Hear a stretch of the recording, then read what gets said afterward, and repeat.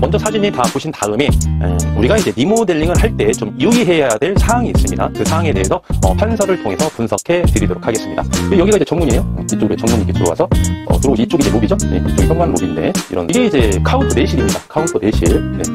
아주 뭐 복도예요.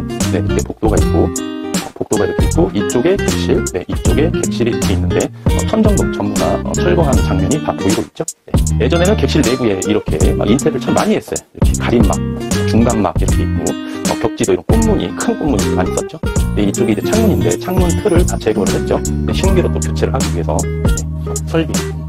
이 설비 그 다음에 설비가 연관되어 있는 누수, 그죠? 누수. 그 다음에 균열. 이거는 아주 조심하셔야 됩니다. 조심하셔야 돼요. 자, 그러면 제일 먼저 리모델링 시 유의사항 첫 번째는 목적이죠. 네, 우리가 어떤 목적을 가지고 리모델링을 하는 목적이 있을 겁니다. 여러분 안녕하십니까? 호텔 황제입니다. 네, 이번 시간에는 저번 시간에 이어서 말이죠. 두 번째 강의 시간입니다.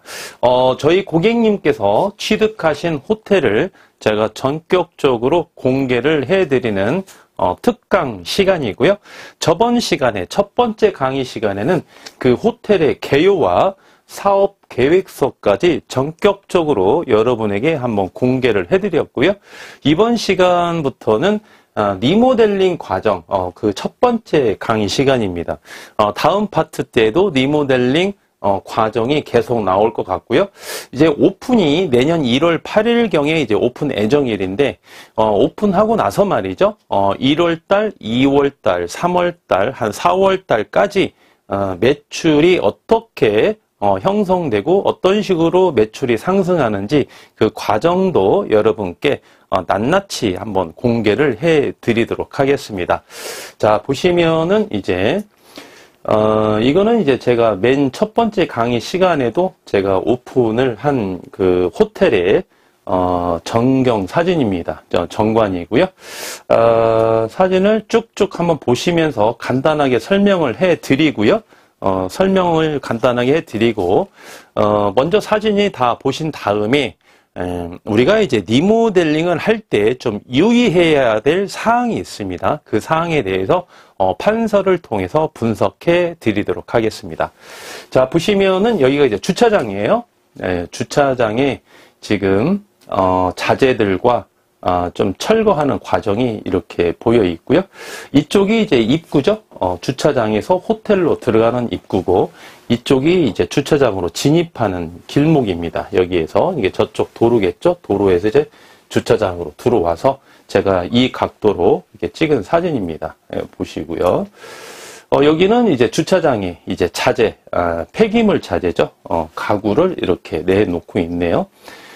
그 다음에 이제 철거 과정입니다. 목자재부터 객실에 있는 자재를 이 철거가 본 호텔 같은 경우는 건물주가 처음에 호텔을 이제 원시 취득하신 분이 이제 매도인인데 한 보유를 하면서 처음에 이제 호텔을 취득하면서 이제 리모델링을 했겠죠. 예, 인테리어를 하고 나서 그 중간에 한번 또 리모델링을 했는데 이걸 이제 덧붙인 거예요. 계속 그걸 떼어내고 리모델링을 한 게 아니고 계속 그 위에다가 리모델링을 덧붙여서 했기 때문에 이 폐기물 자재가 한 2배 이상 나왔습니다. 그래서 폐기물 비용만 한 1.5배 정도 더 소요가 돼서 이 폐기물 비용만 거의 한 4천만 원 정도, 한 이 정도 소요가 된 것 같아요.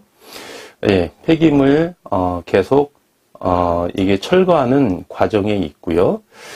그 다음에 이제 이쪽이 입구인데요. 입구인데 보면은 여기가 이제 기둥이, 주 기둥이 이쪽이 2개가 있어요. 하나가, 이게 안 보이네요. 2개가 있고, 그 다음에 이제 위에 이런 이제 대리석 같은 게 있지 않습니까? 이런 부분이 다 옛날에 한 20년 전에 또 이런 게 또 유행이다 보니까 이런 식으로 이제 했었는데 전부 다 이 대리석을 까냈습니다. 전부 다 까내고 그 위에다가 이제 새로 리모델링을 하기 위해서 전부 다 이제 철거하는 장면입니다. 실제로 이걸 다 제거를 했고요. 위에 돌 같은 거. 그 다음에 여기 대리석 있죠? 예, 이런 대리석도 전부 다 제거를 했습니다. 이 기둥도 이게 사각 기둥이었는데요. 라운드로 된 기둥이었구나. 라운드로 된 기둥이었는데 위에 덧붙인 대리석을 전부 다 제거를 시킨 그런 상태입니다. 네, 그래서 입구 정면을 지금 철거를 하고 있는 그런 사진이고요. 여기가 이제 정문이에요. 이쪽으로 정문 있게 들어와서 들어오시 이쪽이 이제 로비죠. 예, 이쪽이 현관 로비인데 이런 사진 로비에서 찍은 정문 사진이고요. 이쪽에 이제 엘리베이터가 있죠. 네, 이쪽에 엘리베이터가 있고 이제 이쪽에 이제 카운터가 있는 거죠. 이쪽이 네, 그런 구조로 되어 있는 호텔입니다. 그래서 이번에는 이 사진은 이제 여기에서 제가 사진을 찍은 거예요. 여기에서 이제 카운터를 보게끔, 네, 카운터를 보게끔 그렇게 찍은 사진이에요. 여기 보시면은 이렇게 카운터가 이렇게 보여 있죠. 카운터가 이렇게 되어 있는데 예전에는 이렇게 카운터를 적게 만들어 놨어요. 적게. 예. 그리고 여기 이렇게 보이죠? 네. 여기로 돈 받고 키 주는 데인데 안내실 이렇게 써 있는데 이 자체를 말이죠. 다 철거를 했습니다. 이 자체를. 예. 이 자체를 다 철거를 다 해버렸어요. 여기를 전부. 그래서 오픈되게 이렇게 만들었고 카운터를 뒤로 조금 더 밀었습니다. 안으로 밀어 넣었더니 로비가 더 넓게 보이는 그런 효과가 있죠. 그 예전에는 이렇게 로비에다가 샹드리아 이렇게 막 인테리어를 했는데 요즘에는 이렇게 안 하죠. 다 철거를 했습니다. 천정까지. 네. 그러한 사진이고, 네, 안내실 이렇게 보이죠? 네, 다 이거는 전부 여기서부터 네, 여기까지 다 철거를 했다. 전부 다. 그래서 뒤로 조금 더 밀어 넣었다. 네, 그래서 로비를 조금 더 넓게 활용을 했고요. 이게 이제 카운터 내실입니다. 카운터 내실. 예. 아주 뭐 옛날에는 다 이렇게 시설을 했습니다. 아주 조잡하죠. 예. 키를 보시면 객실 키가 예. 이거 이제 뿔대 키 있죠. 뿔대 막대기로 된 키. 예. 카드 키가 아닌 때, 이 열쇠 키 있을 때, 네, 이때 아주 오래된 시설입니다. 이게 되어 있고, 그 다음에 안에 내실을 보시면은 예. 여기 뭐 휴게 공간도 있고요. 예, 여기에서 이제 돈 받고 키 주고 이렇게 되어 있죠. 그래서 이 벽을 여기 벽이죠. 네, 이 벽을 전부 다 철거를 해서 카운터를 안으로 이렇게 좀 집어 넣었다는 겁니다. 그리고 이쪽이 화장실이에요. 이쪽이 화장실. 내실 화장실이죠. 여기가. 그래서 이 카운터를 이게 뒤에까지 밀었습니다. 예, 이 선까지 밀었어요. 여기 기둥이 있죠. 이거는 철거가 안 됩니다. 그래서 여기까지 이렇게 카운터를 이제 이렇게 놓을 예정이거든요. 이쪽에. 그럼 여기 오픈돼 있죠. 그래서 이 화장실을 개방형으로 이제 만들 예정입니다. 화장실을. 네. 왜 그러냐면 이제 저는 이제 호텔에서 청소도 한 3년 해봤고요. 카운터 지배인, 매니저도 한 4년 해봤지 않습니까? 그래서 이렇게 보시면은요. 호텔에 막 도착을 했는데 대부분 여성분들이세요. 손님들이, 여성분들이 오시자마자 화장실을 찾습니다. 화장실을. 그럼 대부분은 직원들이 뭐라고 하죠? 객실 배정 받으시고 객실에 올라가셔서 화장실을 사용해야 됩니다. 대부분의 호텔은 다 그렇게 이야기를 합니다. 왜? 1층에 화장실이 없거든요. 1층에. 그래서 이 호텔 같은 경우는 내실에 화장실이 있어요. 그래서 이거를 개방형 화장실로 사용하기 위해서도 카운터를 뒤로 이거를 철거를 시키고 뒤로 미루려고 그러는 거예요. 그 여성분들이 아주 좋아하시는 그런 화장실입니다. 그러면 이 화장실을 어떻게 인테리어를 해야 되느냐? 굉장히 고급스럽게 인테리어를 해야 됩니다. 그 화장실을. 왜 그렇죠? 호텔을 컨택하는 분은 여성분들이 컨택을 합니다. 남자분들은 뭐 하죠? 호텔에 와서 남자분들이 할 거는 딱 하나밖에 없어요. 예. 계산하는 거. 주차하고 계산하는 거밖에 없습니다. 남자분들은. 예. 여자분들이 저기 가라, 여기 가라. 다 찍어줍니다. 저 호텔로 가자, 여기 호텔로 가자.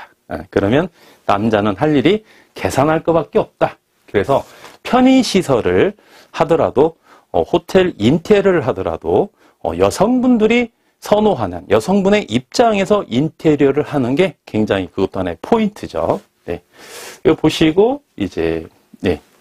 여기는 이제 각 층의 로비입니다. 각 층의 로비. 이쪽에 이제 엘리베이터가 있어요. 엘리베이터를 딱 내리면 네, 여기는 이제 구조가 이렇게 되어 있습니다. 각 층에 똑같은 구조로 되어 있으니까 2층부터 6층까지 되어 있거든요. 그럼 한 층의 도면을 보시면은 이렇게 되어 있어요.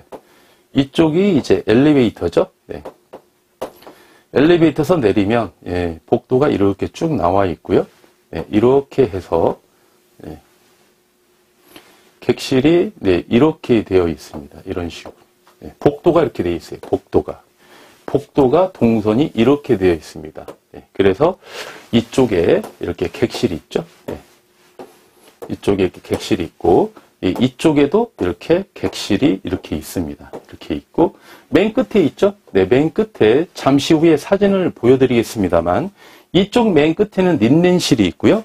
이쪽의 맨 끝에는 실외기실이 있습니다. 실외기실, 에어컨 실외기 있죠? 그래서 각 층에 이제 에어컨을 설치하지 않습니까? 천정형 에어컨으로 이렇게 설치를 하면 각 층마다 실외기를 배선을 뽑아서 이쪽에 실외기를 다 설치하게 되어 있어요. 이런 설계 도면이 과거에는 많이 없었습니다.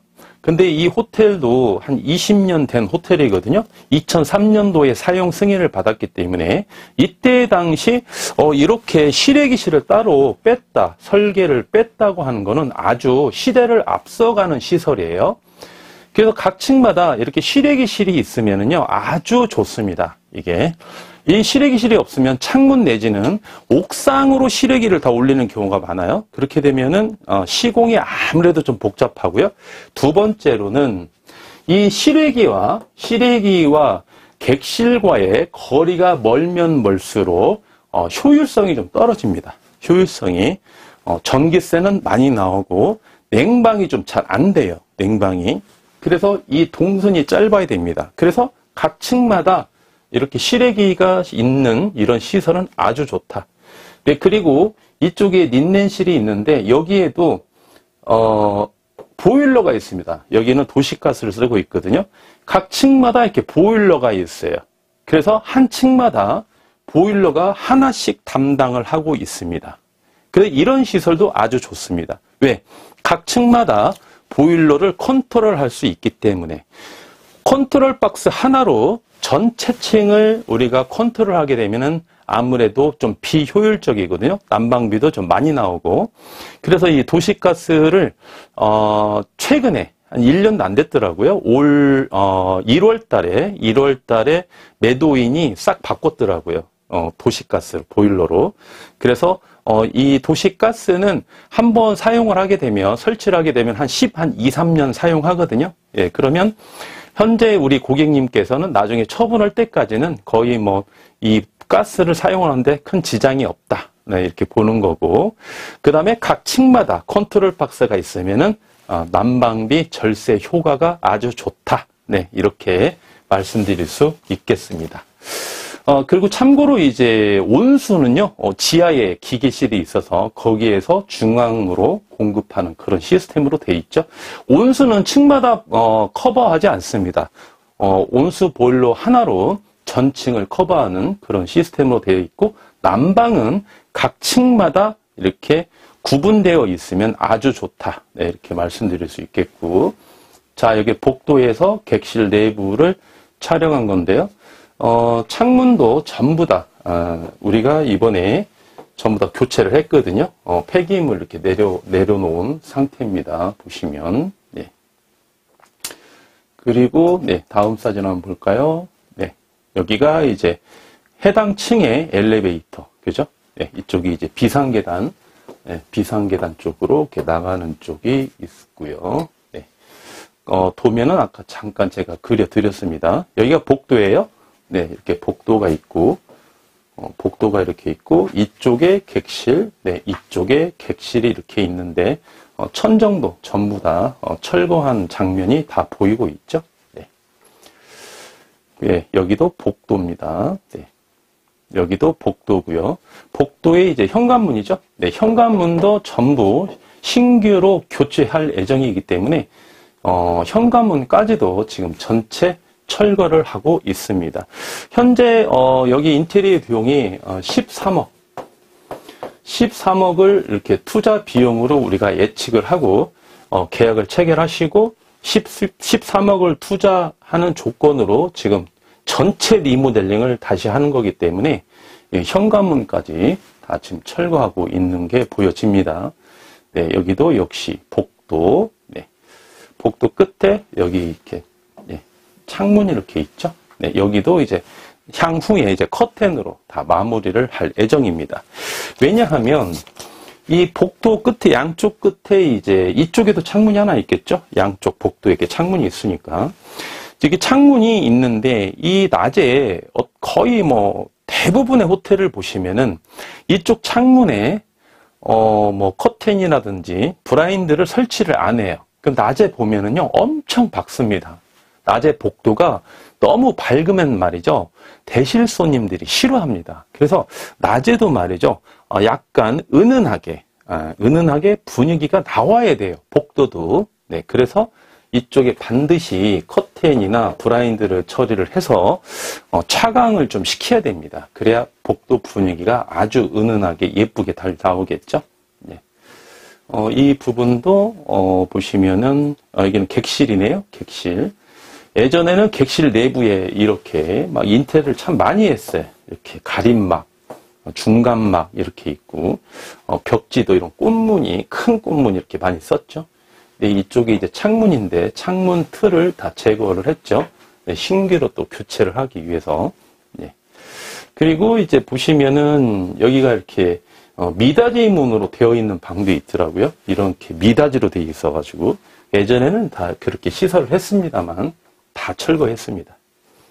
예, 객실 내부에 있는 시설물, 예, 그렇죠? 네, 이렇게 되어 있고 객실 내부에서 이제 밖을 바라본 이게 창문이죠. 네, 창문. 네, 이런 식으로 이제 인테리어도 해 놓았었고요. 네, 객실 내부에 그리고 객실 내부에서 보시면은 이쪽이 이제 욕실 들어가는 문인데 이 욕실 문도 다 새로 수리수선을 합니다. 여기는 이제 욕실과 객실 사이에 이제 간이벽이죠. 네, 간이벽인데 이 부분도 전부 다 옛날에는 이렇게 막 창문 모양으로 해서 인테리어를 했는데 다 철거를 하고 새로 가림막을 다시 세울 예정입니다. 네, 객실 내부고요. 객실 내부 네, 사진이시고 네, 여기도 뭐 인테리어를 이런 식으로 했던 방입니다. 네, 예, 그렇죠. 네, 여기도 객실 내부입니다. 네, 여기에서는 복도에서 객실을 바라본 상태의 사진이고요. 네, 객실 내부에서 우리 근로자분들이 이때 잔금날이 8월 31일이었거든요. 금요일 날. 그래서 이제 바로 그 다음 날부터 바로 철거를 했어요. 올 여름 엄청 더웠지 않습니까? 그래서 이 사진이 이제 9월 초에 제가 직접 촬영한 사진인데요. 예. 그래서 이때 날씨가 굉장히 더웠는데 우리 근로자분들이 좀 고생을 많이 하셨습니다. 이 무더운 날씨에 에어컨도 없이 철거하시느라고 굉장히 좀 고생을 하셨는데 네, 일일이 이거 다 벽이랑 다 이중으로 인테리어가 되어 있는 거를 다 철거를 하느라고 시간도 많이 걸렸고요. 철거 시간이, 기간도, 비용도 좀 많이 소요가 됐습니다. 전기 배선도 말이죠. 새로 다 설치를 해야 되기 때문에 이런 게 다 철거 대상이죠. 철거 대상이고 전기 배선도 다 설치를 다시 했습니다. 요즘에 이제 호텔이나 뭐 고시원에서 화재 사건이 한 번씩 뉴스나 매스컴을 통해서 우리가 보고 있는데 가장 큰 원인이 누전입니다. 누전. 네, 누전 아주 조심해야 돼요. 그래서 인테리어를 할 때 어떤 경우를 보면은 배선을 안 까는 경우가 있습니다. 기존에 있는 거를 재활용하는 거죠. 그거 아주 위험한 거예요. 리모델링 비용을 줄이려고 그러는 게 아니라 인테리어 업체의 마진을 높이기 위해서 그 배선을 재활용하는 거예요. 그 배선도 말이죠. 전기선도 이게 각자 다릅니다. 막 중국산은 되게 쌉니다. 배선이, 전기선이. 국산은 좀 비싸죠. 그래서 가급적 전기 배선도 국산을 설치를 해야 좀 안전합니다. 근데 인테리어 업자들은 마진을 좀 많이 보려고 말이죠. 이 자재도 굉장히 좀 싼 거를 사용하고 막 그런 경우가 흔한데 아주 유의해야 되겠습니다. 왜냐하면 전기 배선은 노출되는 게 아니에요. 다 보이지 않습니다. 마감 안으로 들어가는 거죠. 전기 배선이. 이게 돌출되면은 좀 보기 싫으니까. 그래서 이게 노출되지 않는 공간에 숨어 있기 때문에 우리 뭐 건축주가 잘 모르겠다. 그런 거를 좀 악용을 해서 말이죠. 그 누전의 위험을 초래할 수 있는 그런 시공을 하고 그런 경우도 눈에 보이고 그럽니다. 이렇게 현장을 가보면 그런 거를 굉장히 좀 주의를 해야 되겠고요. 저희 업체는 제가 용서를 안 하죠. 네, 일일이 제가 다 감독을 합니다. 네. 객실 내부에 어느 정도 이제 철거가 된 상태죠. 벽체는 다 뜯어내고 천정까지도 다 뜯어내고 객실 내부에 이렇게 배관이 이게 노출되어 있죠. 천정을 다 뜯으니까 배관이 노출된 게 이렇게 보입니다. 그래서 이 설비 있지 않습니까? 설비. 네. 설비. 이 설비 그 다음에 설비가 연관되어 있는 누수, 그죠? 누수. 그 다음에 균열. 이거는 아주 조심하셔야 됩니다. 조심하셔야 돼요. 인테리어 마감이 중요한 게 아니에요. 사실은 그것도 중요하지만 더욱더 중요한 거는 내구성이거든요. 내구성. 그래서 매도인이 말이죠. 우리 집에 아무 배관에 지장이 없다, 이상이 없다 하더라도 우리는 그 말을 다 100% 믿지 않습니다. 내 눈으로 직접 확인을 다 해봐야 돼요. 그래서 제가 리모델링을 추진하는 호텔은 100% 설비업자가 들어와서 배관이 이상이 없나 100% 점검을 다 해봅니다. 100%. 또 뭐 공사해 보신 분들은 아시겠지만 물을 일일이 집어 넣어봐요. 배관에 넣어서 그 물이 새는 부분이 있나 없나 일일이 다 확인을 해봅니다. 그 다음에 철거한 다음에 배관 설비를 본 다음에 그 다음에 그 다음 작업으로 넘어가지 눈으로 봐서 이상 없다 대충 넘어가고 그렇지 않아요. 그렇게 해놓고 나중에 마감하고 나서 누수나 균열에 의한 그런 발생이 됐을 때는 그 손실이 어마어마합니다. 그래서 이 설비가 굉장히 중요합니다. 설비가. 자, 옛말에 이런 말이 있어요.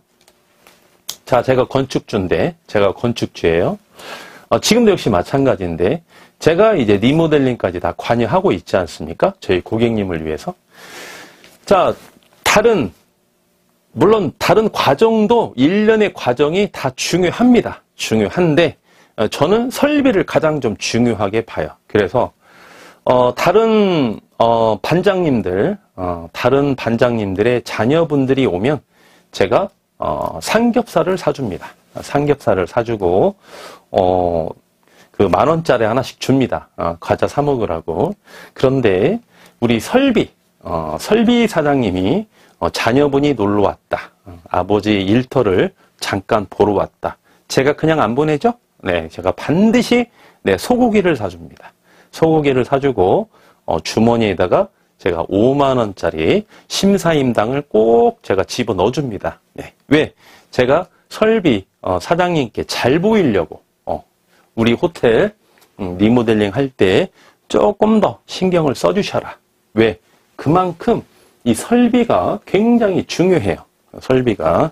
그래서 이 오폐수관, 그죠? 네, 이런 것도 꼼꼼하게 시간을 충분히 투자를 해서 꼼꼼하게 다 살피고 합니다. 그리고 이 창틀이 있지 않습니까? 이 창틀에 이제 샤시를 씌우는데 이 샤시를 마감을 잘 못하게 되면 여기에 균열까지는 아니겠죠. 틈새가 보이겠죠? 이 틈새가 조금 보이면은 여기에서 이제 물이 타고 내려옵니다. 밑으로. 그죠? 벽지로 스며드는 거예요. 그래서 이 샤시를 할 때에도 굉장히, 누수, 이런 것도, 유의를 해야 되겠습니다. 네, 그래서 굉장히 철거를 해서 깔끔하게 다 바닥, 벽, 그 다음에 창문, 천정까지 다 철거를 한 내용입니다. 이 객실입니다. 네, 객실이 깨끗해졌죠? 네, 철거를 다 마무리 한 방입니다. 복도도 처음 사진보다는 굉장히 깨끗해졌죠. 네, 보통 복도 위로 이렇게 배관이 많이 설치가 되어 있습니다. 이게 이제 오폐수관이에요. 네, 이런 게 오폐수관입니다. 그 다음에 이게, 냉방 배관이고요. 이게 온수배관. 예, 빨간 게 쳐져 있죠? 이게 온수배관이에요. 그래서, 오폐수관 뿐만이 아니라, 냉배수관, 네, 온수배수관도 일일이 다 층마다 다 체크를 해서 확인을 해야 됩니다. 네, 이렇게 보시고. 자, 그 다음에 여기도 복도, 일부러 천정을 보여드리려고 제가 이렇게 사진을 찍어 왔는데요. 이거는 이제 에어컨 이제 관입니다. 에어컨. 네, 각 층에 에어컨, 네, 각 층에 에어컨 그 실외기실이 있다고 말씀을 드렸죠. 천정을 방에서 객실 복도 천정을 통해서 이제 실외기관으로 빠지는 그 시설을 해 놓은 거예요. 이 관은 미리 좀 뽑아놔야 되거든요. 네. 그래서 1차적으로 시설을 한 내용이고, 자, 복도도 깨끗해졌죠. 예. 처음 사진보다는 철거한 후다 보니까, 현관문, 그 다음에 바닥, 벽, 천정, 예, 전부 다 철거를 다 했습니다. 여기는 참고로 이제 6층이에요. 가장 높은 층. 6층이다 보니까 6층 위에는 배관이 없는 거죠. 네. 2층, 3층, 5층은 있는데 배관이 왜 위로 올라와야 되니까 5층은 그 위에 이제 옥상이기 때문에 여기 이제 배관이 없는 거죠. 네. 여기 있고. 자, 여기는 이제 2층이나 3층이나 5층이겠죠? 왜? 배관이 이쪽에 있지 않습니까? 네. 이렇게 있고. 자, 그 다음 사진 보시면은, 예. 여기가 이제 욕실입니다. 욕실. 네, 벽. 네, 다 뜯어냈죠? 네, 지금 우리 근로자분께서 바닥을 지금 까고 있는 사진이에요. 다 철거를 다 했습니다. 자, 보시고. 자, 여기가 이제 욕실을 다, 철거를 한 상태죠. 타일을 다 철거를 한 상태입니다. 그래서 이 욕실 바닥에, 여기 이제 배수구죠. 욕실 바닥에도 이제 배관이 있는 곳은 일일이 체크를 다 했습니다. 일일이 체크를 다 했고요. 자, 이렇게 보시면은 이쪽이 세면대, 온수, 냉수 나오는 데고, 이쪽이, 네, 사진을 보시면은, 예, 이제 샤워실에서 온수, 냉수가 나오는 데죠. 예, 높이가 이 정도 되는 거, 이제 온수 높이 정도 보시면 되시겠죠. 그런데 여기에서 보시면, 자, 여기 바닥에서 이만큼 선이 조금 보일 거예요. 여기가 지금 바닥입니다. 여기가. 예, 이렇게 바닥인데, 이 부분에다가, 방수를 처리를 하는 거예요. 방수. 이쪽에. 방수 페인트를 이쪽에 마감을 하거든요. 타일을 설치하기 전에. 왜냐하면, 이 손님들이 우리는 이제 영업용 시설이다 보니까, 욕실에서 조금 세면대나 샤워 부스 물을 관리를 잘 못하면 타일 옆으로 말이죠. 물이 스며들어서 물이 밑으로 아래층으로 이게 누수 현상이 좀 일어나요. 그래서 이 방수 페인트 비싸지 않거든요. 그러니까 어떤 데를 보면은 방수 페인트가 아주 낮게 되어 있어요. 이게 바닥에서 아주 낮게 조금밖에 안 되어 있습니다. 예. 물론 이런 건 있어요. 자, 여기에다가 방수 페인트를 바르게 되면 말이죠. 여기에 조금 아무래도 조금 미끄럽겠죠. 그죠? 방수용이니까. 그러면 이 밑에다가 타일이 좀 떨어질 확률이 좀 높긴 합니다. 타일이 잘 접착이 안 되겠죠. 방수 페인트가, 발라진 벽에는. 그죠? 그래서 그 업자들이 방수 페인트를 좀 낮게 하는 데가 있어요. 타일이 떨어질까봐. 이게 높아버리면 위에 있는 타일이 하중이 좀 있지 않겠습니까? 하중이. 그래서 방수 페인트를 좀 낮게 하는 경우가 있는데, 그래도 설비에 하자 없는 한도 내에서 방수 페인트를 최대한 올리는 게 좋습니다. 너무 낮게 잡아버리면 옆으로 빗물이 들어가서 물이 들어가서 말이죠. 아래층으로 이게 누수 현상이 일어날 수 있습니다. 어떤 호텔을 가보니까 실제로 그런 현상이 일어난 호텔을 제가 여러 개를 봤어요. 예, 아까 제가 말씀드린 이런 내용이죠. 네, 객실 맨 끝에 보일러실이 있다. 제가 말씀을 드렸죠. 네, 보일러실. 네, 이렇게 되어 있고, 이런 시설이 아주 잘된 시설이다. 예, 보일러는 이렇게 설치해야 된다. 예. 그리고 이쪽이 반대쪽에 예, 그 실외기실이에요. 실외기실. 한 층에 객실이 몇 개입니까? 8개인가요? 8개인가요? 예, 그럴 겁니다. 그래서 하나, 둘, 셋, 넷, 다섯, 여섯, 일곱, 8개. 예. 전부 다 이제 폐기 처분했습니다만 폐기 처분하기 전에 제가 일부러 한번 사진을 찍었습니다. 여러분에게 보여드리려고. 그래서 호텔을 신축하는 경우에 이런 시설을 각 층에다가 설계를 해야 아주 유리하다. 이렇게 다시 한번 여러분께 강조해드리고요. 여기 이제 옥상입니다. 네, 옥상. 네, 옥상에 여기 바닥에 이제 방수도 해야 되겠고요. 이쪽이 이제 직원 숙소예요. 네, 직원 숙소. 그래서 이 부분이 이제 숙소인데요. 이 숙소의 시설이 그렇게 좋지가 않습니다. 안에 이제 욕실이 없거든요. 네, 그래서 저희 고객님께 제가 말씀을 드렸습니다. 직원들의 복지는 최대한 신경을 쓰셔라. 그리고 지하층에 있는 숙소는 절대 사용하면 안 됩니다. 요즘에 누가 지하층에 직원 숙소를 씁니까? 거기 막 지하 호텔에 아직도 보면 일부, 극히 일부, 우리 고객님 그 호텔 건물주들의 이제 성향이 많이 좋아지셔가지고 악덕업주를 찾으려고 하면은 그렇게 많지가 않아요. 지금 많이 좋아지셨습니다. 그래서 직원들에게 이제 복지를 많이 신경을 쓰는데 아직도 직원 숙소를 지하에 사용하는 데가 있어요. 극히 일부. 그러시면 절대 안 됩니다. 하물며 이렇게 옥상에 있는 숙소는 직원들이 선호하거든요. 그런데 시설이 별로 안 좋아서 저희 호텔 건물주님께 제가 가까운데 원룸을 직원 숙소로 좀 얻어주셔라 라고 말씀을 드렸더니 흔쾌히 동의를 하셨고요. 현재는 오늘 촬영하는 날이 11월 22일인가요? 네, 그래서 이번 주 제가 화요일 날 다녀왔네요. 또 현장에 다녀왔는데 우리 대표님께서 계약을 다 해놓으셨더라고요. 직원들 숙소를 사용할 원룸을 호텔 인근에 있는 원룸을 벌써 이제 계약을 다 해놓으셨더라고요. 제가 그래서 감사의 말씀을 드렸는데 그래서 일단은 여기도 인테리어를 하는 김에 기본적으로 도배장판은 해 놓을 겁니다. 해 놓고 또 이제 뭐 향후에 또 이제 다른 용도로 또 사용할 수 있기 때문에 이렇게 좀 설치를 했고요. 여기도 이제 외관이 되게 예쁘게 잘 돼 있습니다. 그래서 여기가 전부 그 위에 이제 간판이 이제 걸려 있는데요. 여기도 전부 다 도색을 새로 다 했고요. 이쪽 간판이 있지 않습니까? 다 철거가 끝났습니다. 지금은. 네, 옥상 사진 이렇게 한번 보여드렸는데 자, 여러분께 이제 호텔 리모델링 시 유의해야 될 사항 이렇게 해서 제가 간단하게 한번 강의를 한번 드리고 본 시간 마치도록 하겠습니다. 자, 그러면 제일 먼저 리모델링 시 유의사항 첫 번째는 목적이죠. 네, 우리가 어떤 목적을 가지고 리모델링을 하는 목적이 있을 겁니다. 두 번째는 이제 비용 산정이에요. 세 번째는 리모델링에 대한 주기. 여러분께서 많이 궁금해 하시더라고요. 네 번째는 관리. 다섯 번째는 절세 효과. 양도소득세 제4강을 좀 참고해 주시면 되겠고요. 예, 리모델링을 하면서도 우리가 절세 효과는 반드시 누려야 되겠습니다. 아주 중요한 포인트입니다.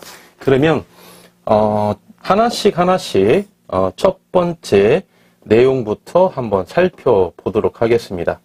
제일 먼저 이제 우리가 리모델링을 추진하는 목적이죠. 네, 목적. 왜 리모델링을 추진을 하느냐? 목적. 목적이야 뭐 나와 있지 않습니까? 뭡니까? 수익률을 누리기 위해서 나오는 게 수익률, 그죠? 네, 수익률을 누리기 위해서. 수익률은 소득 이득과 소득의 보유 기간 동안 소득 이득과 향후에 처분 시에 자본 이득, 시세 차익이죠. 예, 자본 이득을 누리기 위해서 이제 리모델링을 하는 경우입니다. 자, 그래서 예를 들면 현재 건물주가 있어요. A 호텔에 대해서 건물주가 있습니다. 건물주가 보니까 감정가가 말이죠. 한 30억 정도 나오는 호텔이에요. 네. 월 매출이 말이죠. 네. 3천만 원 나옵니다. 네. 현재 융자가 말이죠. 없어요. 그래도 융자를 한 13억 무조건 나오겠죠. 무슨 목적으로? 리모델링 목적으로. 리모델링 목적으로 융자를 13억 받아서 리모델링을 하게 되면 향후 월 매출이 1억이 나온다고 한번 가정을 해보겠습니다. 그러면 리모델링 할 목적이 요건에 충분히 기여하죠? 왜? 리모델링 하게 되면 소득 이득도 높아지고 나중에 시세 차익을 보고 팔 수 있는 확률도 높으니까. 그렇죠? 그런데 이 건물주들이 말이죠. 이런 요건은 충족이 됩니다. 이런 요건은. 지금 융자가 하나도 없으니까. 감정가 30억인데 융자 13억 해달라. 1구명에서 어서 오세요. 저희가 해드리겠습니다. 막 서로 줄 서서 옵니다. 우리한테 13억 대출하셔라. 저희가 해드리겠다. 더 필요하시면 이야기하셔라. 더 해드리겠다. 그렇죠? 그런데 이 건물주분들은요. 타성에 젖어 있는 거예요. 타성에. 자, 리모델링만 한다고 해서 우리가 매출이 무조건 1억 나옵니까? 아니다는 거예요. 자, 호텔 황제도 필요하죠. 여러분의 열정도 필요합니다. 이렇게 트라이앵글이 맞아야 월 매출이 1억이 나온다. 우리의 수익률이 정점에 다다른다. 그렇죠? 근데 이런 건물주분들이 한 20년씩 또는 10년씩, 10년도 아니야. 한 2, 3년 운영을 해봤어요. 제 말 듣습니까? 안 들어요. 왜? 본인이 했던 게 다 좋은 줄 알아. 제가 설명을 드리지 않습니까?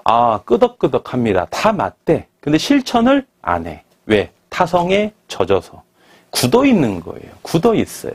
새로운 거를 받아들이지 않습니다. 좋은지를 알면서도 받아들이지를 못해요. 차라리 저희 고객님들처럼 경험이 없는 분들이 말이죠. 경험이 없는 분들이 제가 말씀을 드리면 이해력도 더 빠르고요. 눈빛이 살아 있습니다. 눈빛이. 네, 저희 고객님들도 제가 내려가지 않습니까? 그러면 현장도 보고 저희 고객님 이제 배우자님이랑 같이 하시거든요. 두 분이서. 두 분을 모시고 제가 커피숍에서 길게는 뭐 한 3시간, 작게는 1시간 반 정도 계속 제가 지금 교육을 시키고 있는데 컨설팅을 제공해드리고 있는데 눈빛이 말이죠. 아주 반짝반짝합니다.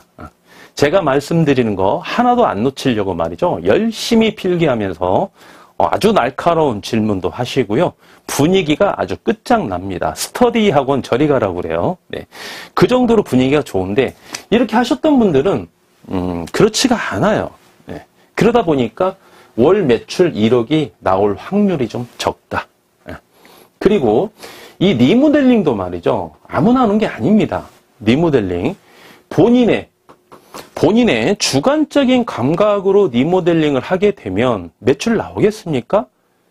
보통 호텔의 건물주분들이 연세가 좀 많아요. 그렇죠? 네. 그래서 보통 적게는 뭐 50대, 거의 한 60대 그래요. 네. 70대 가까운 분도 많이 계시고 그들의 감각으로 이 손님들의 수준을 맞출 수 있냐 이거예요. 네.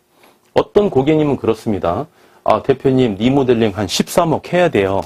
아이고 호텔 황제 그런 얘기 하지 마. 내가 하면 5억이면 끝나. 그러면 제가 그렇죠. 대표님이 하세요. 건물주님이 하세요. 5억으로 끝난다? 어불성설입니다. 말도 안 되는 이야기예요. 그리고 나서 이제 건물주한테 팔아달라고 전화가 옵니다. 한번 가봐요.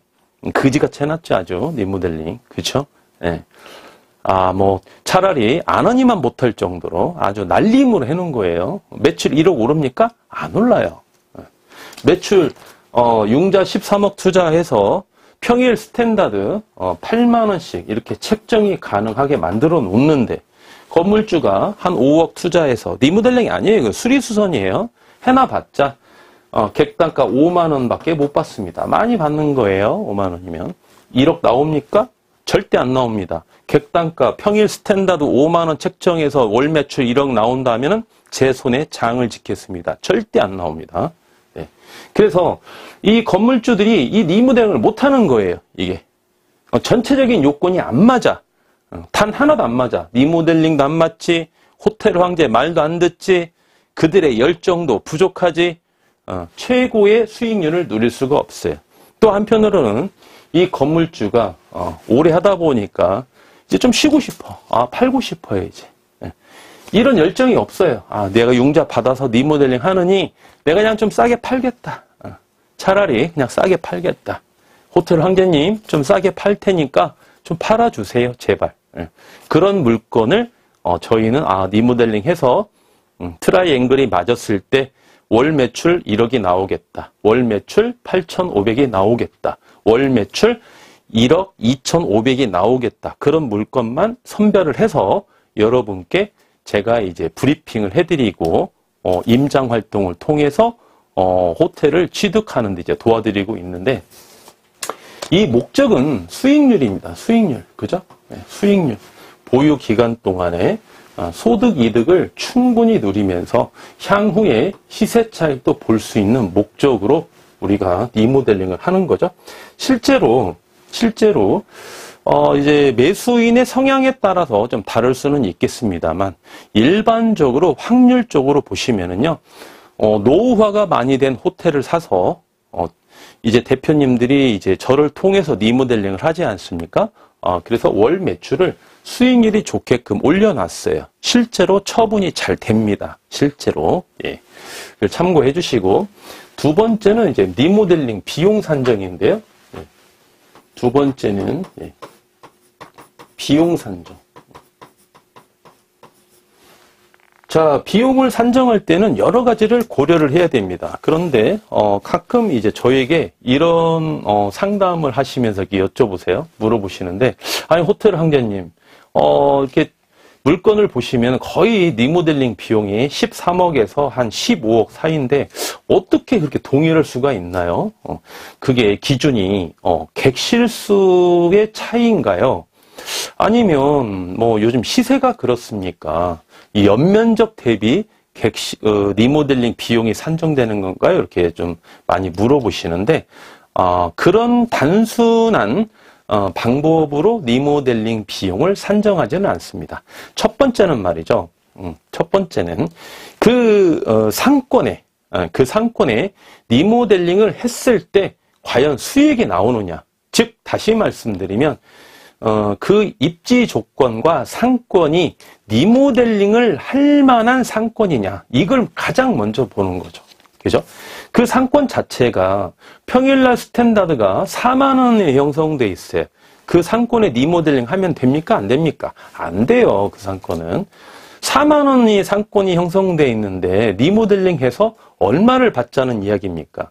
그렇죠? 예, 그래서 객단가를 높게 받을 수 있는 상권 굉장히 중요합니다. 그런 상권을 여러분들께서 취득을 하셔서 리모델링 하셔야 되는데 그런 거는 바로 조력자의 힘을 좀 빌려서 여러분들이 상권을 좀 선택을 하셔야 되겠고요.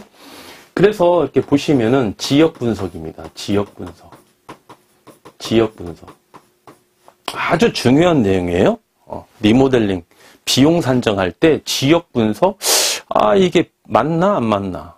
맞습니다. 간접적인 분석부터 직접적인 분석으로 들어가는데, 자, 여기에 상권이 바운드가 있습니다. 여기가 A 상권이에요. A 상권.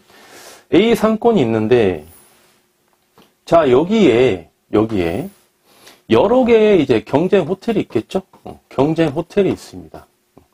한 10개 정도 있는데 이 호텔이 해당 호텔이라고 한번 가정을 해볼게요. 해당 호텔이에요. 자, 그러면 우리가 리모델링을 했을 때 이 호텔은 어차피 경쟁이 안 돼. 아웃. 여기는 너무 노후화가 많이 됐어. 아웃. 한 3개 정도. 여기는 예를 들면 너무 거리가 멀어. 아웃. 이 3개 정도는 리모델링을 했을 때 경쟁업소가 된다. 그러면 이 경쟁업소를 분석하는 게 굉장히 중요합니다. 경쟁업소. 객실은 몇 개인지, 대지 면적은 몇 개인지, 내용 연수는 얼마나 되어 있는지, 객단가는 얼마인지, 객실 수 대비 스탠다드는 몇 개인지, 준특실은 몇 개인지, 특실은 몇 개인지, 특실은 객단가를 얼마를 받는지, 또 대실비는 얼마를 받는지. 그래서 여기가 매출이 어느 정도 나오겠다. 호텔 황제는 알죠? 데이터 분석이 있으니까. 그렇죠? 그래서 이 지역 분석을 통해서 해당 호텔의 예상 가능한 월 매출을 유추하는 거죠. 그래서 그 매출을 도달하기 가장 적정한 리모델링 비용이 있습니다. 그렇죠? 그리고 A, B, C 경쟁업소가 있는데 이 호텔들이 과연 몇 년도에 얼마를 투자해서 리모델링을 했는지 다 파악이 되죠? 그렇죠? 네. 그러면 우리가 리모델링 비용을 무조건 싸게 한다고 좋은 것도 아니고요. 무조건 비싸게 해서 좋은 것도 아닙니다. 말이 좀 어려울 수 있는데 최소한의 최대치로 투자를 해야 됩니다. 최소한의 최대치로. 최유효 이용을 누리기 위한 투자 금액을 산정을 해야 된다는 이야기죠. 그래서 해당 바운드에서 지금 제일 잘 나가는 A, B, C 호텔의 리모델링 비용을 산정을 해서 말이죠. 우리가 리모델링을 했을 때 완료한 시점, 완료 시점에서 이 호텔보다 리모델링이 잘 나와야 되겠죠. 그렇죠? 지금 저의 열정과 고객님의 열정, 저의 컨설팅은 제외하고 지금 리모델링 비용을 얼마를 투자하느냐 그 산정하는 그 근본을 가지고 원인을 가지고 지금 강의 드리고 있는 거죠. 그래서 이 리모델링이 완료된 시점에서 해당 경쟁업소와 비교를 했을 때 비교 우위에 대한 시설을 갖춰야 되는 거, 네, 그거 하나 중요하고요. 두 번째, 이 리모델링을 완료한다고 해서 무조건 매출이 나오는 게 아니겠죠? 그쵸? 예. 수익이 나와야 돼요, 수익이. 수익이 나오려면, 월 매출이 잘 나와야 된다. 월 매출이. 그래서 이 사람들이 어떤 타겟으로 해서 리모델링을 했는지, 여기 상권이 어떤 고객이 많이 오는 상권인지, 예를 들어서 20대가 많이 오는 상권인지, 30대, 40대가 많이 오는 상권인지, 또는 연인 손님이 많이 오는 상권인지, 아니면 비즈니스 고객이 많이 오는 상권인지, 그죠? 또는 숙박 이주의 상권인지, 아니면 대실도 꾸준히 수요가 확보된 상권인지, 이런 거를 전체적으로 분석을 해서 리모델링에 대한 테마 분석을 맞추는 거죠. 그 리모델링 테마를 맞췄을 때 리모델링 비용이 산정이 되는 겁니다. 자, 예를 들면 객실이 30개입니다. 제가 벽지를 그레이 턴으로, 회색으로 벽지를 선택을 했어요. 이 벽지를 30개 객실에 다 인테리어를 하는 것과 아니야, 각 객실마다 도배 색깔을 다르게 하고 싶어. 그래서 각각 인테리어를 다 다르게 합니다. 30개 객실을. 어느 게 리모델링 비용이 많이 나올까요? 그렇죠. 후자가 많이 나오겠죠. 당연한 거 아니겠습니까? 그렇죠? 예. 회색 톤으로만 도배로 끝낸다면 이거 도매로 살 수 있습니다. 그렇죠? 근데 각각 테마로 가려면 조금씩 여러 개를 사야 돼요. 그렇죠? 소매가밖에 안 되는 거예요. 살 때. 그래서 이러한 부분을 결정할 때에도 리모델링 비용 산정에 포함이 된다. 네, 이런 거예요. 자, 중요한 거. 여기에서 중요한 게 세 번째입니다. 자, 리모델링 비용 산정 지역 분석에서 세 번째. 자, 잠재적으로 리스크는 있어요. 뭐가 리스크가 있느냐? 특히 이런 호텔, 네. 이런 호텔보다는 A, B, C보다는 이런 호텔이 우리가 오픈하고 나서 말이죠. 언제 오픈한 이후로 언제 매매가 돼서 어떤 경쟁업자가 와서 리모델링을 추진해서 운영할 수도 있다는 그런 잠재적 리스크는 분명히 있겠죠? 그쵸? 그러면 그 이후 오픈한 이후에도 비교 우위를 차지해서 경쟁력이 있는 그런 시설을 갖추게끔 리모델링을 해야 된다. 거기에 맞는 투자 비용을 산정을 해야 된다. 네, 이런 이야기예요. 세 번째가 굉장히 중요하죠. 리모델링이 완료된 시점은 기본이고요. 향후에 잠재적 리스크까지 고려한 리모델링 비용을 산정해야 된다. 어디에서? 지역 분석을 할 때 말이죠. 자, 두 번째는 개별 분석이죠. 개별 분석. 해당 호텔이에요. 해당 호텔. 네, 이 해당 호텔. 자, 이 해당 호텔이, 자, 객실수. 첫 번째는 이제 객실수. 이제 나오네요. 네, 객실수 하나만 보고 리모델링 비용 산정하는 거 아니에요. 다른 거 다 보면서 하나의 그 카테고리로 포함되는 겁니다. 연면적. 그 다음에 객실 단가. 또 나오죠? 네, 객실 단가. 이게 중요한 거예요. 객실 단가. 평일날 스탠다드가 가장 중요하죠. 평일날 스탠다드 숙박. 평스석 하나 기억해야 되겠네. 평스석. 이 금액이 딱 결정이 되면 나머지는 다 나오는 거예요. 금토 단가 나오고요. 스탠다드 나왔으니까 디럭스, VIP, 스위트 다 나오죠. 그죠? 네. 숙박 단가가 나오면은 대실 단가는 기본빵으로 쭉 나오는 겁니다. 그렇죠? 네. 그래서 역시 자, 해당 업소가 여기에 있고 경쟁 업소가 여기가 있는데 경쟁 업소는 매출이 얼마가 나온다. 그러면 그 매출 중에서 연인이 차지하는 비율이 얼마가 나오느냐. 그 연인 중에서도 숙박 매출은 얼마가 나오느냐. 대실 매출은 얼마가 나오느냐. 아, 비즈니스 손님이 차지하는 비율이 한 어느 정도 되겠다. 그러면 비즈니스 고객님들은 대부분 숙박이지 않습니까? 그렇죠? 네, 그러면 그 사람들이 숙박을 차지하는 비율이 얼마가 되겠느냐. 여기 경쟁 호텔도 시설의 경쟁력이 있기 때문에 어플에도 광고도 하지 않습니까? 대표적으로 야놀자 여기에다가 광고를 하지 않겠습니까? 네, 거기에 표시되어 있는 숙박 단가, 그 다음에 대실 단가, 숙박 입실 시간, 대실 입실 시간 및 마감 시간, 그렇죠?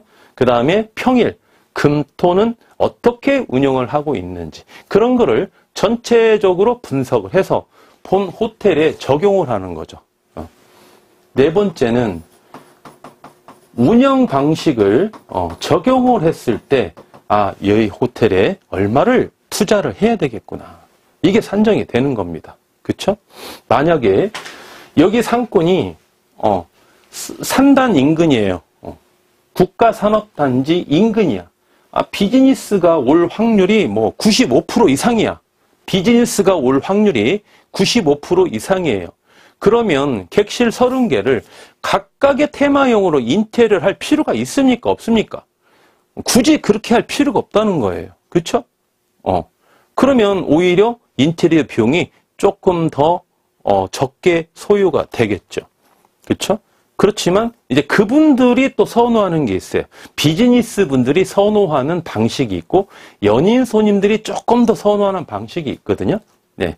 그런 거의 1급 비밀은 제가 공개적으로 말씀드리지 못한다는 거 조금 양해해 주시고요. 네.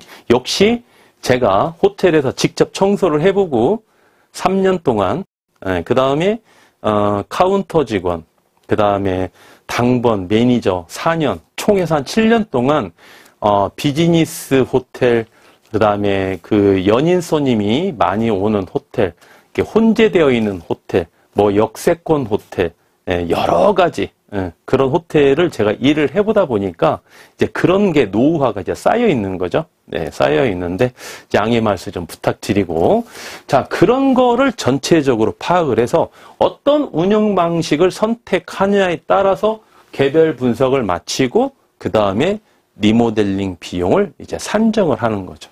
그렇죠? 네. 그 다음에 세 번째는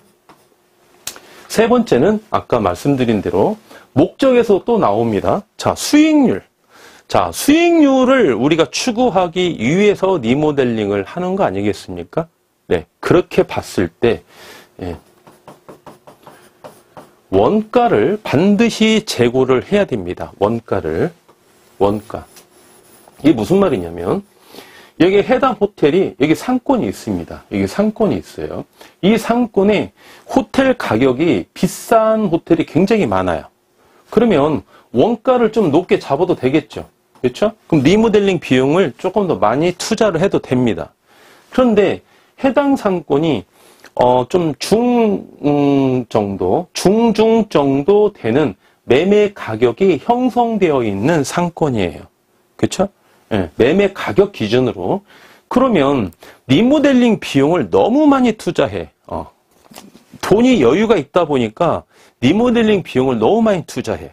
조금 더 고급스럽게 가다 보면 원가가 많이 산정되겠죠. 그렇게 되면은 원가가 높아지면 나중에 취득할 때 문제가 될 수 있다는 겁니다. 처분할 때, 죄송합니다. 향후에 처분할 때 문제가 될 수 있다는 겁니다. 그래서 원가를 반드시 기본 베이스를 우리가 설정해 놓고 궁극적인 목적은 뭐냐? 처분 시를 반드시 이렇게 고려를 해서 리모델링 비용을 산정을 해야 된다. 이렇게 말씀드릴 수 있겠습니다. 간단하게 한 3가지 정도만 리모델링 산정 기준에 대해서 3가지 정도만 이렇게 말씀을 드리고요. 자, 4번째 한번 볼까요? 4번째. 4번째 카테고리는 3번째네요. 주기입니다. 3번째는 주기. 네, 3번째는 주기입니다. 저희 고객님들이 오시면은 거의 90% 이상 꼭 물어보는 질문이 있어요. 호텔 황제님 리모델링을 한 13억, 15억 투자를 하게 되면 또 언제 리모델링을 해야 됩니까?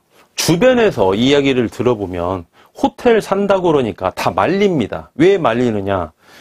리모델링해서 2, 3년 잘 벌고 그러면 또 리모델링 해야 된다고. 그럼 2, 3년 동안 번 거를 다시 리모델링에 투자를 해야 된다고 하시는데 그래서 호텔을 사업을 하지 말라고 말리는데 과연 리모델링의 주기는 어떻게 됩니까? 이렇게 이제 물어보시는데요. 이미 결정하신 거예요. 우리 고객님은 리모델링은 무조건 한다. 다시 재리모델링을 한다. 단지 주기가 궁금하다. 저는 그렇게 말씀을 드리죠. 주기는 없다. 주기는 없다. 주기는 없다. 왜 없냐? 자, 제가 논리적으로 한번 설명을 해드리겠습니다. 자, A 호텔이 있어요. 여러분이 갑이 이제 A 호텔을 취득을 했습니다. 얼마에? 네, 30억에. 그리고 13억 리모델링을 했습니다. 자, 그러면 여기 이제 취득 시점이에요. 30억 투자하시고 리모델링 13억 투자하셔서 재오픈했죠? 취득록세는 없다고 가정을 해보고 여기에서 원가가 얼마입니까? 43억이야. 간단하게 43억이에요. 그리고 나서 한 5년 넉넉히 5년이 지난 후에 또 리모델링을 한 10억 투자했어요. 10억 투자. 그리고 나서 이때 이제 또 3년 후에 처분하려고 해요. 처분. 이때 이제 10억을 투자하고 그러면 자, 원가가 43억에 여기에서 원가가 53억이죠. 53억. 그렇죠? 리모델링 비용만 23억 투자했어요. 호텔은 30억 주고 샀는데. 네? 그러면 이때 어떻게 팔려고 그래요? 이때 53억 플러스 알파로 파시겠습니까? 자, 매수인이 이거 인정해 줄까요? 13억 투자하고 10억 투자한 거를 매수인이 인정해 주겠냐 이거예요. 이 가치를 인정해 주겠냐 이거예요. 30억은 인정해 주겠죠. 13억 인정해 주겠죠. 이 10억 인정해 주겠습니까? 인정 안 해줘요. 저 같으면. 저도 인정을 안 합니다. 이런 건물주가 갑이 있는데 저보고 팔아달라고 그래요. XX죠? XX요. 예. 이런 물건을 팔아달라고 하는 거는 XX예요, 진짜. 예? 제가 누굽니까? 저희 고객님께 이런 물건 사라고 제가 추천드리겠습니까? 이런 거는요, 이 비용이 매몰 비용입니다. 매몰 비용. 이 가치를 누가 인정해 주겠냐 이거예요. 이건 매몰 비용이에요. 여기 13억 투자하셨죠? 네. 13억 투자하시고 8년을 보유하다가 8년을 총 8년이죠. 8년을 보다 처분했을 때는 30억, 43억이죠. 43억 플러스 알파로 처분하는 거죠. 시세 차익을 알파 값만큼 남기고. 그래서 10억을 투자하는 거 아니에요. 절대 투자하는 거 아닙니다. 예. 제가 다른 강의 시간도 말씀드렸지만은 이때는 잠깐씩 수리수선은 해주겠죠. 잠깐씩 수리수선. 객실 30개 중에 어떤 방 하나는 대시를 너무 많이 받아가지고 매트리스가 좀 꺼졌어. 그럼 그 방만 매트리스를 바꿔주는 거예요. 네. 어떤 방은 손님들을 우리가 많이 받다 보니까 좀 덜 받는 방이 있고 더 판매가 된 방이 있겠죠. 냉장고 소음이 이제 많이 나. 오래돼가지고 그 방의 냉장고만 바꿔주는 거예요. 그쵸? 네. 또 어떤 방은 TV가 똑같이 바꿨는데 그 방만 TV고 화면이 조금 안 좋아요. 많이 오래돼가지고 한 6년 썼어. 그 TV를. 그러면 그 방 TV만 바꿔주는 거예요. 그 방 TV만. 그죠? 네. 그 방에 약간 냄새가 많이 나. 환기를 그렇게, 호텔 황제가 환기를 목숨처럼 생각해라라고 했는데, 환기에 신경을 많이 썼어.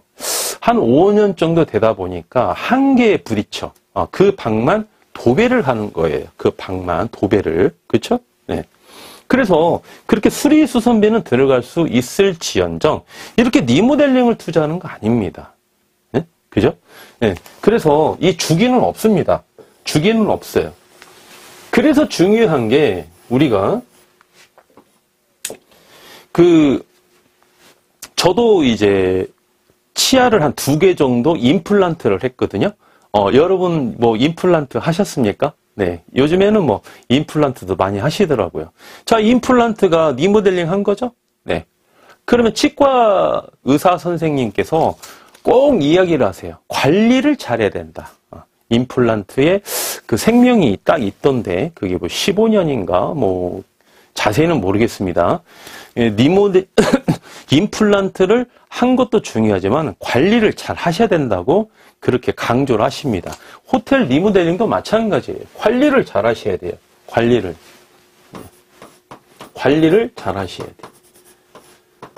자, 어떤 호텔은요, 매출이 잘 나옵니다. 팔아달래요. 가봤습니다. 매출 자료 제가 다 확인을 해봤어요. 잘 나옵니다. 수익률이 괜찮아요. 그런데 이 건물주가 말이죠. 호텔에 많이 없어. 상주를 안 해. 가보니까 개판 5분 전이야, 아주. 아주 뭐 방 구석구석에 먼지는 먼지대로 쌓여 있고 말이죠. 벌써 어디 부분은 물때가 끼어 있고, 벌써 시설이 내 마음에 안 들어. 투자는 굉장히 많이 한 것 같아요. 예를 들면, 저는 한 15억이면 할 수 있을 것 같은데, 이분은 이야기를 들어보니까 20억을 투자했답니다. 리모델링 하는데, 진짜 그렇게 보여져요. 20억 투자한 것 같아. 시설이 너무 좋아. 그런데 관리가 안 돼 있어요. 관리가. 그런 호텔은 말이죠. 지금 수익률이 좋죠? 왜? 월 매출이 정점에 도달해 있으니까. 그런데 관리를 그렇게 하게 되면은요, 매출이 현저하게 떨어집니다. 현저하게 떨어져요. 그러면 수익률이 곤두박질 하는 거예요. 그러면 그런 호텔을 모르고 어떠한 매수인이 그 호텔을 샀습니다. 그러면 그 매수인이 호텔을 사고 나서 매출이 급격하게 떨어지는 거예요. 매수인의 하자가 아니에요. 매도인의 하자를 매수인이 이거를 떠맡은 거예요. 이거를. 그래서 여러분이 호텔을 사실 때 매출에 대한 어떤 증빙 자료도 중요하지만 리모델링이 완료된 물건은요. 그렇죠? 매출 자료 중요하죠. 그렇지만 거기에 또 중요한 게 현재 건물주가 어떻게 운영을 하고 있느냐. 어떻게 운영을 해서 매출이 이렇게 잘 나오느냐. 직원들은 어떤 자세로 호텔을 운영하고 있느냐. 예를 들면 카운터 직원분들은 얼마나 친절하냐. 청소 직원분들은 얼마나 청결하냐. 건물주가 자주 못 오니까 만약에 지배인이 있어. 이 지배인이 직원 관리를 얼마나 잘 하느냐. 점검을 얼마나 잘 하느냐. 고객 관리를 얼마나 잘 하느냐. 그거를 디테일하게 좀 보실 줄 아셔야 돼요. 그렇지 않으면 리스크는 도사리고 있다. 내가 사고 나서부터 매출이 곤두박질 친다. 까마귀 날자 배 떨어진다. 내 잘못? 근데 아니야. 매도인이 잘못한 거를 내가 잘 못 사서 그 시기가 맞아 떨어진 것 뿐이에요. 그죠? 네, 그래서 호텔은 이 관리가 굉장히 중요합니다. 철저하게 시설을 관리하는 거, 노화를 억제시키는 거, 그렇죠? 네. 우리 이제 여성분들 이제 퇴근하시고 집에 가시면 마스크팩 하나씩 이렇게 붙이고 이제 주무시지 않습니까? 그렇죠? 네. 피부에 노화를 방지하기 위해서 노화가 이미 진행된 상태에서 성형외과에 가서 치료하는 것보다 평상시에 1일 1팩, 마스크팩 하나씩 붙이는 것이 오히려 노화를 방지하는 효과가 좋거든요. 그렇죠? 똑같은 이치예요. 근데 힘들어서 못하고 귀찮아서 못하는 거죠. 호텔도 역시 마찬가지입니다. 몸에 배워야 됩니다. 그래서 투자를 하는 것도 중요하지만 사실은 말이죠. 저는 그렇게 보여요. 보고 항상 그렇게 저희 대표님들에게 강조를 해드리는데 투자를 하는 것도 중요하지만은 관리하는 게 더 중요하다. 관리하는 게 더 중요하다. 그죠? 네. 어디가 아파서 치료를 받는 것도 중요하지만은 안 아프게 관리를 평상시에 잘하는 게 중요한 거다. 관리를 잘하면 아프지 않다. 그래서 항상 사전이 중요하다. 사후가 중요한 게 아니고. 그럼 리모델링이 먼저냐? 관리가 먼저냐? 관리가 먼저다는 거예요. 관리가.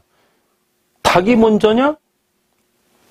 닭알이 먼저냐라고 봤을 때는 저도 잘 모르겠어요. 그런데 리모델링을 하는 게 먼저냐? 관리를 하는 게 먼저냐? 관리하는 게 먼저입니다. 현재 건물주가 해당 호텔을 리모델링을 했겠죠. 응? 했는데 관리를 잘 못했잖아요. 노후화가 진행이 됐잖아요. 그쵸? 타이밍을 놓쳤잖아요. 그러니까 싸게 파는 거 아니겠습니까? 그래서 그런 물건을 제가 분석해서 저희 고객님께 추천드리고, 그죠? 그러니까 매도인은 일단은 관리를 잘 못한 거예요. 이렇게 노후화가 될 때까지 신경을 안 쓴 거죠. 수리수선을 잘 하면서 관리를 해야 되는데 그걸 놓쳤다는 겁니다. 어느 정도 시간이 흘러버렸어. 손대기가 이제 막막해. 어디서부터 손을 댈지를 모르겠어. 차라리 그럴 때에는 싸게 파는 게 이득이다. 그죠? 네. 그래서 우리는 관리가 우선이다. 다시 한번 강조해드리고. 자, 5번째. 절세 효과입니다. 이번 유튜브 촬영, 파트 때 제가 양도소득세 3강과 4강을 같이 동시에 찍었거든요. 그래서 이제 저희 PD님께서, 언제 편집을 해서 어느 강의가 먼저 나갈지는 모르겠는데, 그 양도소득세, 제 4강 강의를 꼭 한번 참고하시길 바라겠습니다. 자, 우리가 투자를 하는 것도 중요하지만, 세법상 절세 효과도 아주 중요합니다. 아주 중요해요. 그래서 우리가 리모델링을 하면서도 역시 절세 효과를 볼 수 있는 틈이 엄청나게 많습니다. 쉽게 말씀드리면 13억 리모델링을 했어요. 그러면 양도세를 낼 때 필요 경비로 공제를 받아야 됩니다. 그 공제 못 받으면 어떻다? 양도세가 많이 나오겠죠. 그렇죠? 예, 그래서 리모델링을 할 때에도 이 경비를 공제받는 것도 공제를 받는 걸 통해서 절세 효과를 받는 것도 반드시 고려를 해야 됩니다. 그래서 증빙서류를 반드시 첨부해서 잘 보관을 하셔야 돼요.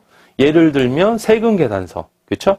네, 그리고 도급 계약서, 세부 항목이 설정되어 있는 도급 계약서, 그 다음에 세부 목록이 설정되어 있는 공정표, 이런 게 가지고 있어야 향후에 여러분께서 처분한 시점이 도래했을 때 필요 경비로 양도소득세를 납부할 시에 필요 경비로 공제를 받을 수 있는 것이죠. 그렇죠? 그렇지 않으면 우리가 수익률, 쉽게 말씀드리면 자본이득이죠. 처분할 때는 자본이득을 보는 데 있어서 큰 실효성이 없을 수도 있다.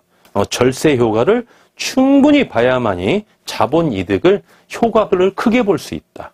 그러면 어떻게 해야 된다? 절세 효과를 봐야 된다. 그럼 어떻게 된다? 증빙 서류를 잘 보관해 놓으셔야 된다. 첨부해서. 자, 이번 시간에 여러분, 강의 시간이 좀 길어졌는데요. 현재 이제 제가 철거하는 사진까지 이렇게 보여드렸는데, 지금 제가 이번 주네요. 화요일 날 제가 다녀왔는데, 그때도 이렇게 보면은 벌써 이제 진행이 좀 많이 되어 있습니다. 그래서 이제 제가 순차적으로 리모델링 과정을 공개를 해드릴 건데요. 다음 파트 때에도 리모델링 과정 이제 두 번째 시간이죠. 그 시간을 통해서 하나씩 이제 밑그림이 좀 나올 건데 리모델링을 할 때 어떤 부분을 주의해야 될지 사진을 통해서 한번 말씀을 드리고요.